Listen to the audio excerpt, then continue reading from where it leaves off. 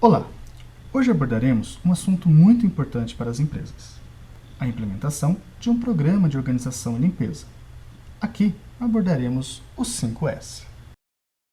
5S é o nome de uma filosofia de qualidade originária no Japão, alguns anos após a Segunda Guerra Mundial, com a necessidade de combater a sujeira das fábricas e a desorganização estrutural sofrida naquela época.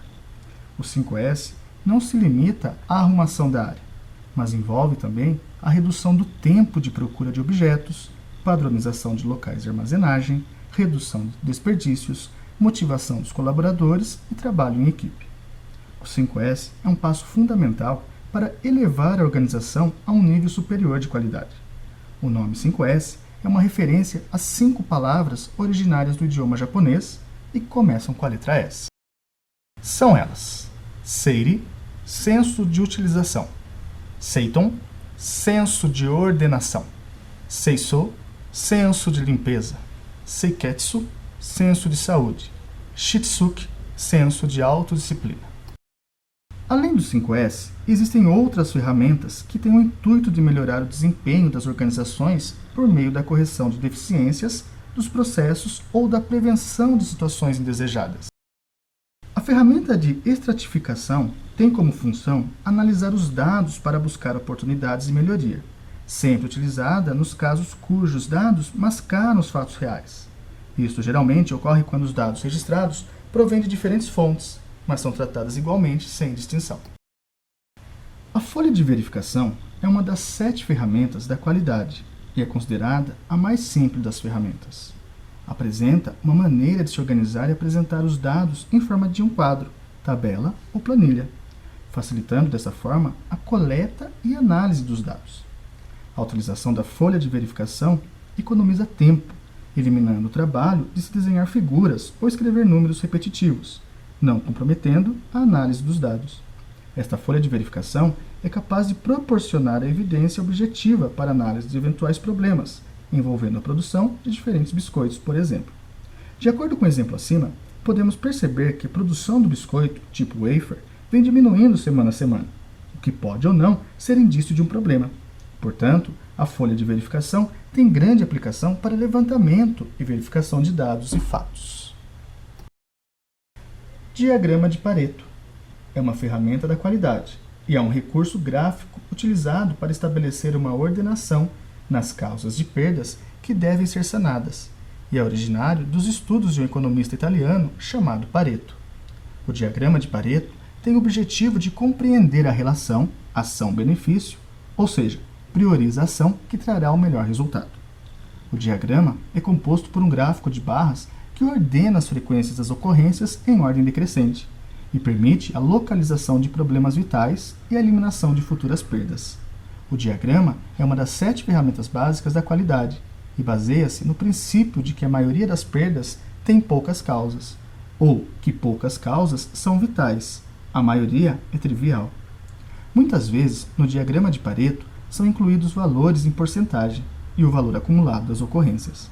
Assim, torna-se possível avaliar o efeito acumulado dos itens pesquisados. O diagrama de Pareto é uma ferramenta muito importante porque através dele é possível identificar pequenos problemas que são críticos e causam grandes perdas. Esse diagrama é mais uma das 7 ferramentas básicas da qualidade e foi criado pelo professor da Universidade de Tóquio, Kaoru Ishikawa, em 1943. O diagrama de causa e efeito, também chamado diagrama de Ishikawa ou diagrama Fishbone, tem como objetivo facilitar a identificação das causas de problemas que devem ser sanados, ou mesmo os fatores que levam a determinado resultado que desejamos obter através da representação gráfica. Na estatística, um histograma é uma representação gráfica da distribuição de frequências de uma massa de medições, normalmente um gráfico de barras verticais. É uma das 7 ferramentas da qualidade. O histograma é um gráfico composto por retângulos justapostos em que a base de cada um deles corresponde ao intervalo de classe e a sua altura, a respectiva frequência. Quando o número de dados aumenta indefinidamente e o intervalo de classe tende a zero, a distribuição de frequência passa para uma distribuição de densidade de probabilidades.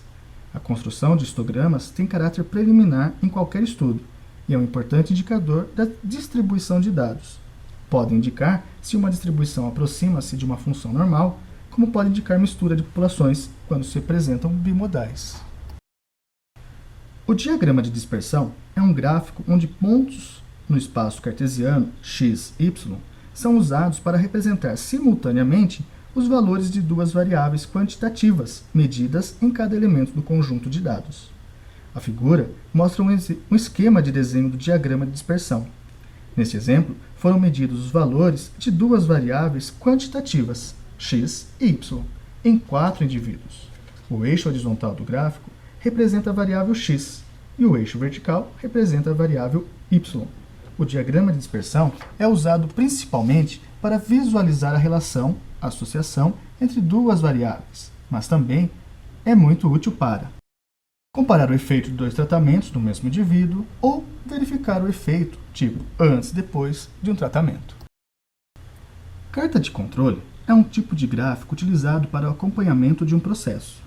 Este gráfico determina estatisticamente uma faixa denominada limites de controle, que é limitada pela linha superior, limite superior de controle, e uma linha inferior, limite inferior de controle, além de uma linha média. O objetivo é verificar por meio do gráfico se o processo está sob controle, isto é, isento de causas especiais. Gráficos de controle. Para distinguir as variações do processo, que anteriormente chamamos de comuns e especiais, e detectar as especiais, foi desenvolvida uma ferramenta que, desde então, denominamos cartas ou gráficos de controle. As funções desses gráficos são mostrar evidências de que um processo esteja operando em estado de controle estatístico e dar sinais de presença de causas especiais de variação para que medidas corretivas apropriadas sejam aplicadas. Manter o estado de controle estatístico, estendendo a função dos limites de controle como base de decisões. Apresentar informações para que sejam tomadas ações gerenciais de melhoria dos processos. Aqui, você foi levado a estudar as ferramentas da qualidade. Na próxima aula, estudaremos a utilização da metodologia MASP, Método de Análise e Soluções de Problemas, que irá nos direcionar na utilização dessas ferramentas no momento certo. Até a próxima! E lembre-se, essa apresentação é um resumo do tema e não deve ser considerada como única fonte de estudo. Participe de todas as atividades propostas.